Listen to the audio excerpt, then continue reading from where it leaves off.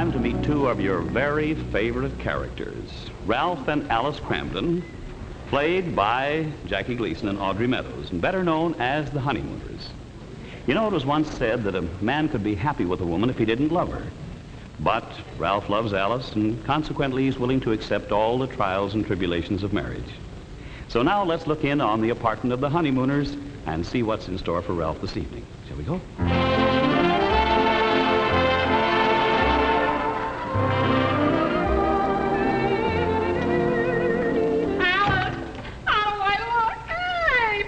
Sailor boy. You know, if I weren't an angel, I could go for you myself.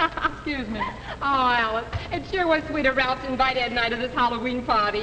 Forget it. Ralph was glad to do it. See, every bus driver was allowed to bring another couple. Well, who would we ask except our best friend? Well, thanks anyway.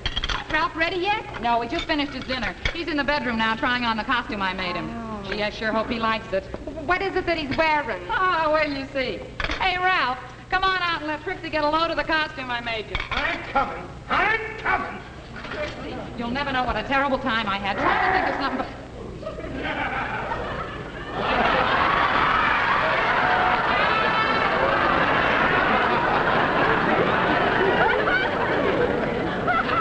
All right. All right. What am I? What do you mean, what am I? Now, you know what I mean. What am I? It's perfectly obvious what you are, isn't it, Trixie? Well, sure. All right. If it's so obvious, what am I? Oh, Ralph, it's so simple. You're a Zulu chief. A Zulu chief? Yeah. Well, if this is what a Zulu chief wears, I'd hate to be a private citizen in that tribe. Where did you get the idea for this? I found it in a magazine, and that cast costume happens to be exactly what they wear in the Belgian conga. Is that so? Yeah. Well, for your information, I don't care what those Belgians wear when they do the conga. When I dance, I don't want to dance in long underwear. Ralph, it's very original. Oh, it's original, all right. Kleins will never copy this. Maybe they will. I can see it all now. Zulu chief costumes, cut down from $2.98 to $1.98. Only two to a customer. I better go up and see if Ed's getting ready yet. We'll be down just as soon as he is. Okay, Trix. Yeah? Well, they can take their sweet time coming down, because I'm not going. What steams me is that costume must have cost a fortune. This looks like something you got back from the laundry by mistake. My costume cost a fortune, huh? I'll tell you about my costume. I made this dress out of an old bed sheet. The wings I made by taking coat hangers and bending them. But the halo, Ralph, the halo is very expensive. I got this at Krause's Delicatessen. This halo used to be the top ring on a pickle barrel. Well, my little flying Irishman, you can take off the wings, because you're grounded tonight. I am not going. But, Ralph, you gotta go. You said so yourself.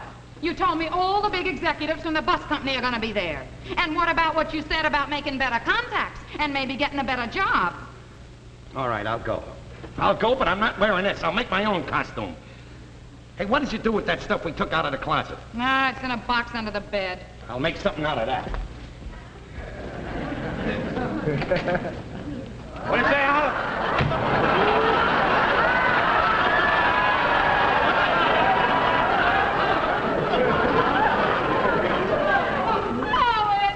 Beautiful. How'd you recognize me? Get it off! Get it off! Get it off! Get it off! Get it off! What do you got on your head? A mousetrap! What are you doing to the party? As a mouse? What are you, a mental case? What is the mousetrap doing under the bed? It should be here in the kitchen. That's all right, Ralph. I got one here in the kitchen, too. You got a mousetrap in a bedroom and one here in the kitchen? Yeah. Who are you trying to show off for? Your friends or something? One of these days, Alice. One of these days. Pow! Right in the kitchen. Hey, Ralph, how do you like my costume? You know what I'm supposed to be? Certainly a girl. Yeah, but what girl? Clara Bow. Trixie must have told you. Ralph, did you find anything in the box? Nah, that's no use. Hey, wait a minute. I got an idea, Ralph. You remember that tuxedo that you bought for your brother's wedding about 6 months ago? Yeah? Just slip that on and fold your arms across the chest like this and goes the corpse. You are ready for Bellevue. Hey, wait a minute. That tuxedo gives me an idea. What's the greatest comedy costume in the whole world? What does everybody get laughs with? A bum's costume. All I have to do is take the tuxedo, cut off the sleeves, tear up the lapels, and I'll go as an elegant bum. I'll get the tuxedo now. Ralph, you cannot do that. You only have the tuxedo 6 months. So what? I'm never going to use it again. My 3 brothers are married. And that sister of yours is never going to get hooked. Hey, Alice, what are you supposed to be? An angel. An angel? With that thing over your head there, I thought you was Captain Video and his Video Ranger. Ed, here it is. All right, all right. Ed wants to be so authentic. Just don't argue. Put it on. Put it on. All right, here it is. Come on, Ed, help me tear this up. I can't. My fingernails are wet. Boy, wait till you see this. Wait a minute now. Help me in the other sleeve. I can't find it. I got it. Put your tongue. Hey, how do I look? Perfect. That's just the start. A picture. Perfect. You'll be the biggest bum of the party. That must be Freddie Muller. Yeah. That's the dispatch. He said he'd pick us up in his car. Oh, hiya, Fred. Hi. Hiya, Mrs. Muller. Hey, where are your costumes? What's this about costumes? Hey, what do you mean, costumes? I know what they're supposed to be. They're going as bride and groom. What's this about costumes? For the masquerade. But Ralph, this is no masquerade. It's a formal dance. I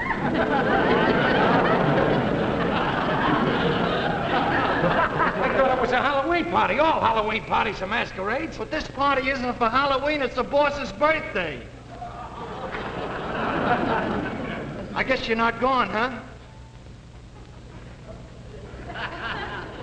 No, just wish the boss a happy birthday for me, and that'd be nice. All right, Ralph. Nice meeting you, Mrs. Kramden. Ralph's spoken so much about you. I'm not Mrs. Kramden. My name is Ed Norton. I live upstairs, and I'm a friend of Ralph. This Sally here is my wife. That's a natural mistake. You see, that's my wife, the angel over there with the halo. A halo? Well, it's not a halo. It's the top ring off a pickle barrel. I think we better go now, dear. Yeah, I guess we better. Don't like to keep the boss waiting. You know how he is. Yeah. Don't you have a tuxedo you can slip in, and we'd be happy to wait. I'll just wish him a happy birthday for me. Okay. Good night, Mrs. Kramden. Good night, Ralph. Good night. Good night. My fingernails are still dry. Oh, gee, Ralph, I'm sorry. Listen, what are we standing around here like mopes for? We're all dressed, we're all in costume. We can still go out, go from door to door, play trick or treat. Come on, Ed. What did I say?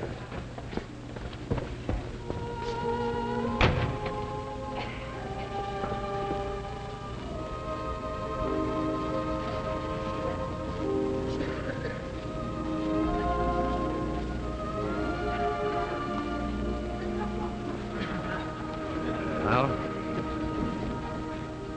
I did it again. I had to be so pig-headed about a costume. Tell you the truth, sweetie, I was a little jealous of you. You look like a real angel in that. Not only do I ruin your night and my night, but I gotta ruin Ed's and Trixie's night. I'm sorry, sweetie. I'm gonna change and go out for a walk. I'll change too, Ralph, and I'll take a little walk with you. Baby, you're the greatest.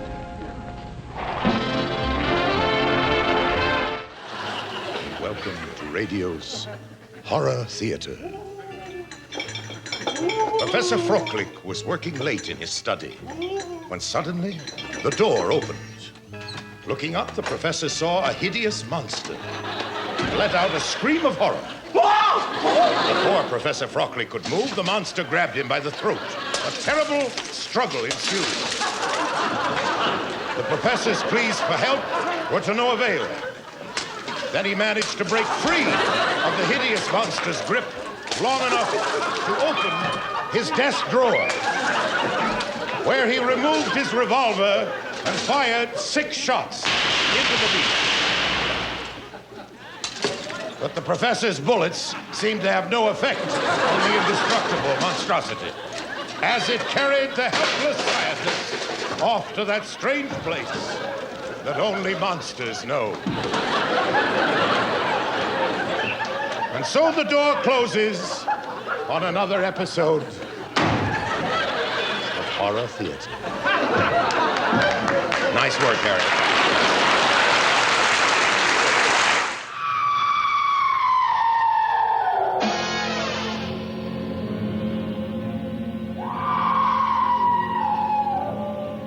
Television networks have suddenly discovered that horror and shock combine to form the beautiful word money. Some of the hit shows this year are Make Room for Dracula, My Favorite Spook, and Sing Along with Witch. Yes, this is the year of the monsters, but not all monsters are successful.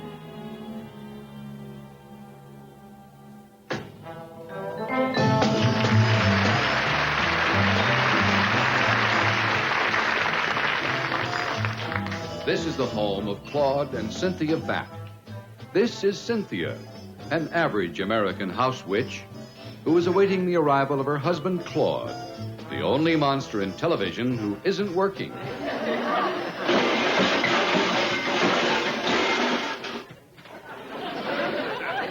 Can't that kid keep his crocodile out of the driveway?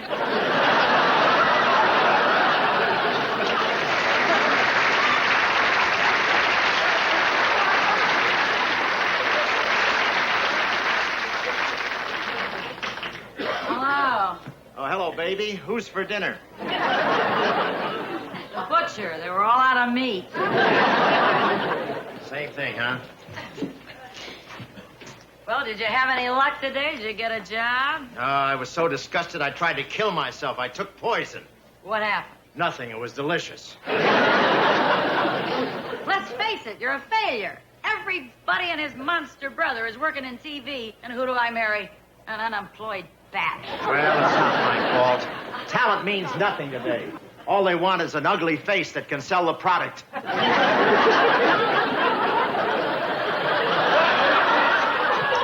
Well, I think you're ugly. No, you don't.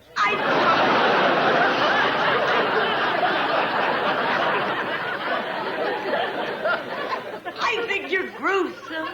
No, you don't. You're just saying that because you love me. No, I don't love you.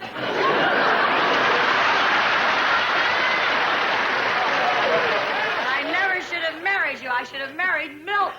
Milton who? Milton, the atomic chicken from outer space. He's the most successful chicken monster in television. You'd never be happy with that slap-happy chicken. He deserted his wife and left her with a dozen eggs to support. Who can that be? I don't know, but don't let him in until I fix my makeup. I wish you would. You look like a witch.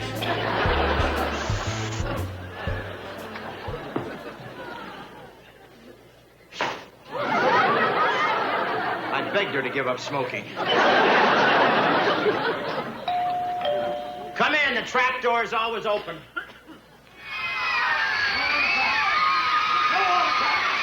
I said no autographs! No autographs!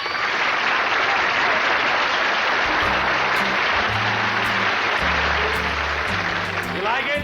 Beautiful, isn't it? It's a Chicken Dior original. I'm a big star. You're a big star? I'm a very big star. Even parents like me. Little kids adore me. They don't have to get undressed at night. I scare the pants off of them. You must be Milton, the atomic chicken. That wasn't in the sketch. Yes, that's me, and I better get all the laughs tonight. Because when I lay an egg, it's radioactive.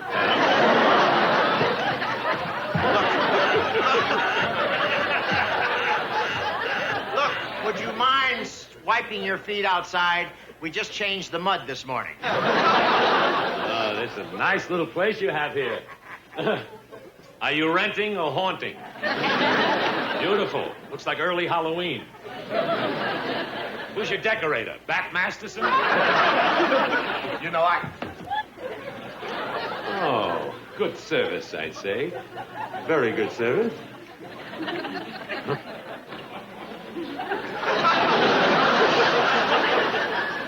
You're adorable. You're adorable.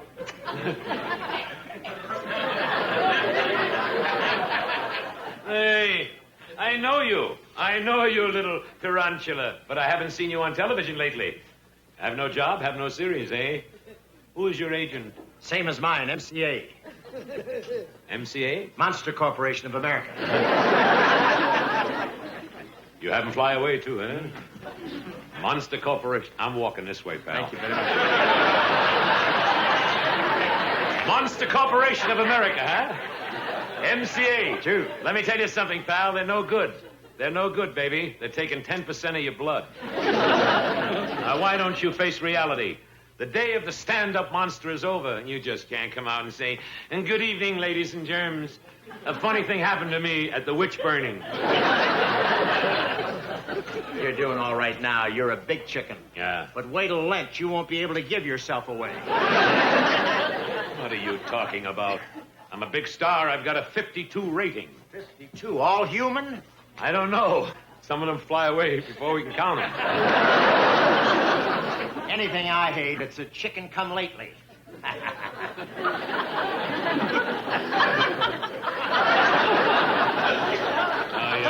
I was scaring people when you were carrying pollen for the Green Hornet. The only way that you could scare anybody is to use your real face. And I got a good mind to bite you on the neck.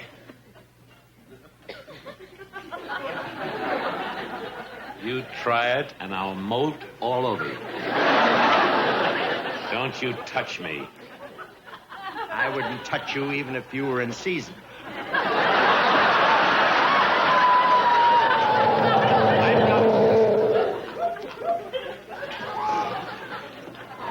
What's that?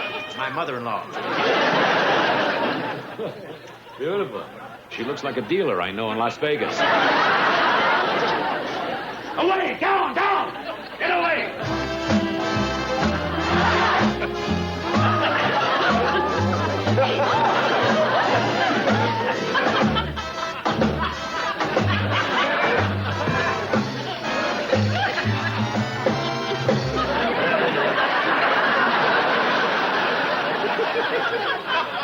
How about this? A chicken in the driver's seat. Cynthia, my darling. I adore you, my darling. I see you wearing your topless teeth. You're still a tall, handsome beast you always were. And you're pretty and as delectable as ever. They say my people are blind as a bat. By the way, darling, you will stay for dinner, won't you? Well, I don't know. Do you mind? Mind? You may be the main course. Cynthia, I wouldn't think of having you sweat over a hot cauldron. Why don't we just call Cobra Delight? Wait a minute.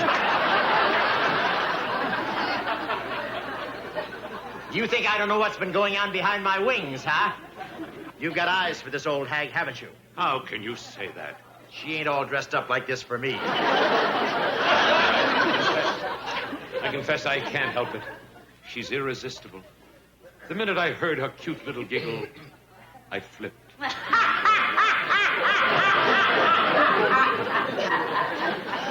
There it is. You doll.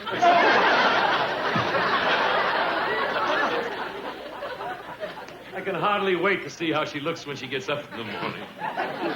How can you throw away in a moment of passion all that we built together? Don't let them take you away from all this. No. Let all this walk away by itself. Think of all we've been to each other. Come over here. I adore you, and stay with me, dear. Now stay with me. I need you. Bewitch me. Bewitch me. She's busy now. She'll bewitch you in a minute.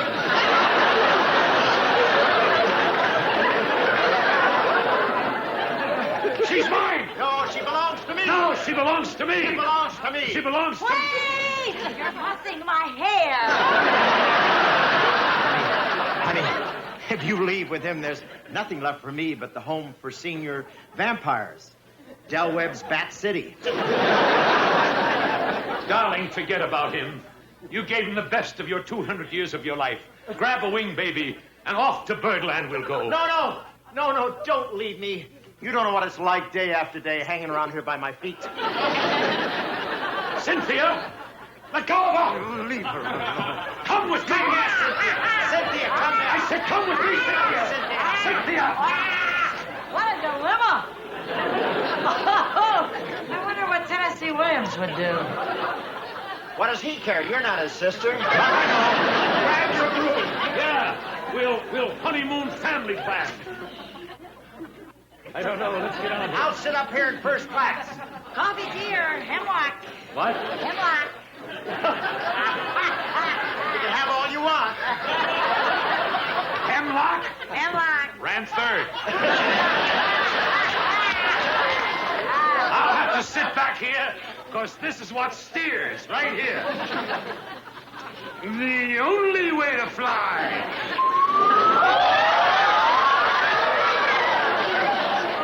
Don't fly too low over Texas. I don't want to be caught in one of his barbecues.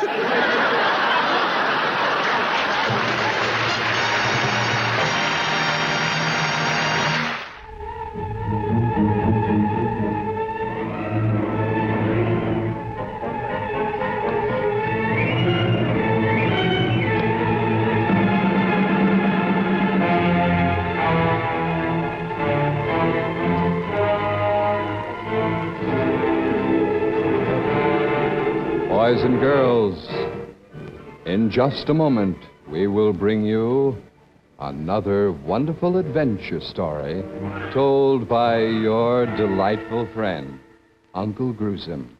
I know you've been waiting for Uncle Gruesome to appear, and he is in just a moment. So, clasp hands, boys and girls, for another tale by Uncle Gruesome.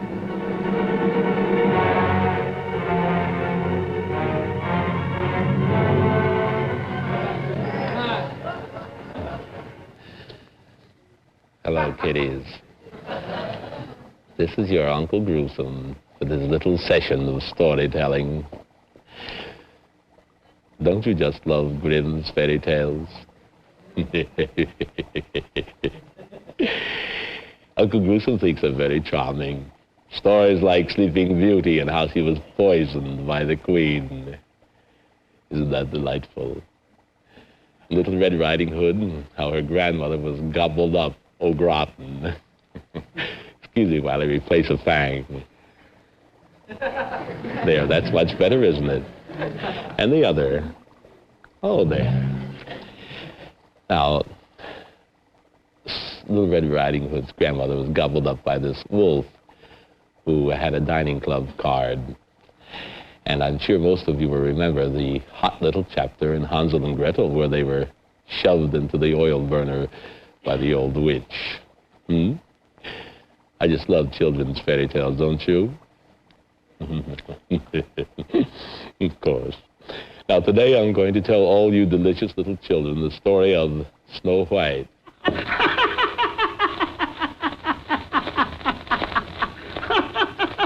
The gentleman who has the position here of floor manager seems to think this is rather humorous. In fact, we had quite a little tiff yesterday when Uncle Gruesome came into the studio to look over the lights. But Uncle Gruesome had some spare time last night. Made this charming little doll. It does bear remarkable resemblance, doesn't it?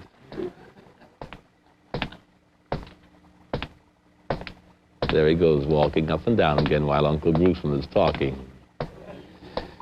Well, now, let's see.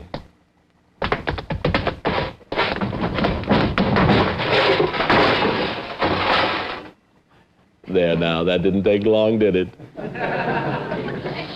Well, I must hurry along with my story now because my little sister, Sumac, is going to pick me up on her 1956 broom. Quite a vehicle. Automatic clutch, power straws, and some really wonderful backup lights.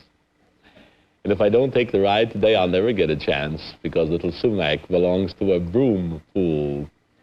And it's her turn this week to fly the witches to work.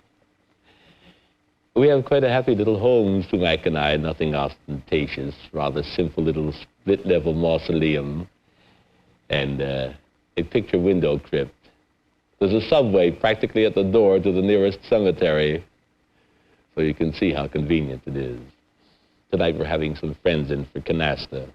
The Wolfman and Dracula will be partners, and I'm going to team up with a creature from the Black Lagoon. Should be fun, don't you think? Little Sumac is going to make the sandwiches. I don't think I'd better tell you what's in them because so many of the children of this generation are so queasy. However, they'll all be done in a delightful mixture using a cream cheese base, all washed down with some room temperature poison hemlock. I've been looking forward to it all day. Now let's get on with the story of Snow White. Excuse me a moment, I must see if my broth is done yet. Frankenstein has been feeling poorly all week, and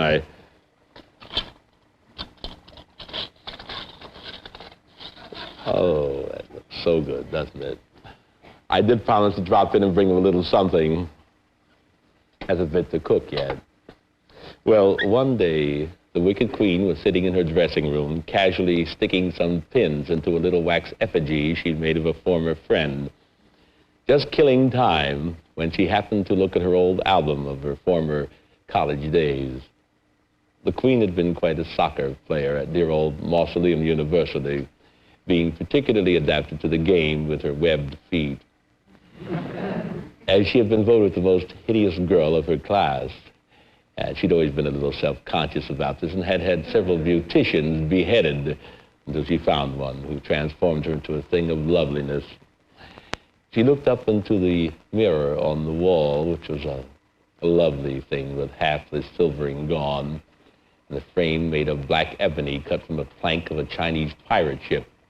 And she said, as she ran her long yellow fingers through her exquisitely coiffured green hair, "Mirror, mirror on the wall, who is the fairest of them all?" And the mirror spoke and said, "My dear Queen, back away, for I have a hunch that again you've been eating some garlic for lunch." Well, the Queen smiled grimly at the mirror's frankness with her 3 even rows of ochre teeth, reflecting the candlelight on the walls, and casually picking up the postman, whom she had had petrified by casting the spell on him for having read her postcards, she said to the mirror, "How would you like me to make you into about 40 compacts? Get it?" The mirror hastily got to the business at hand, coughed once, which fogged the surface a little, and said, "Snow White is prettier from the spring to the fall, mostly because she's 11 feet tall." "So," said the Queen, absently kicking the leg out from under a stork who'd been taking a nap. "Snow White again. Now, just because she's 11 feet tall." And the Queen stretched her own neck to make herself taller, which was not too difficult, inasmuch as her head was removable. "Well, there's only one thing to do," said the Queen. "I must call the captain of the torture room." So she lighted the wicks and the mouths of several servants which she had had dipped in wax. So the Wicked Queen could see well enough to go through her files, and quickly she found the captain of her torture room and called him on the crystal ball intercom system made by a cousin who was a mind reader. In a very few seconds, the captain popped up through the trap door, feet first. The Queen turned to him and said, "Irving Schwarzkopf," that was the captain's name, "as captain of my torture room, I have a little job for you." "Okay, Queen," said Irving, slipping a hot red pepper to the Queen's parakeet on the side, for Irving loves his little fun. "What shall it be?" And the Queen said, "Tomorrow, Irving, when you're out on your coffee break, drop up to Snow White's room and shoot a poison dart or something at her if you have time." "All right, Queen," said Irving, quickly taking the little plastic cup of water out of the parakeet's cage. "I'll do that for you tomorrow at 10. Sharp." Dear me, the time has flown. I must see if my broth is done. Frankenstein is expecting me.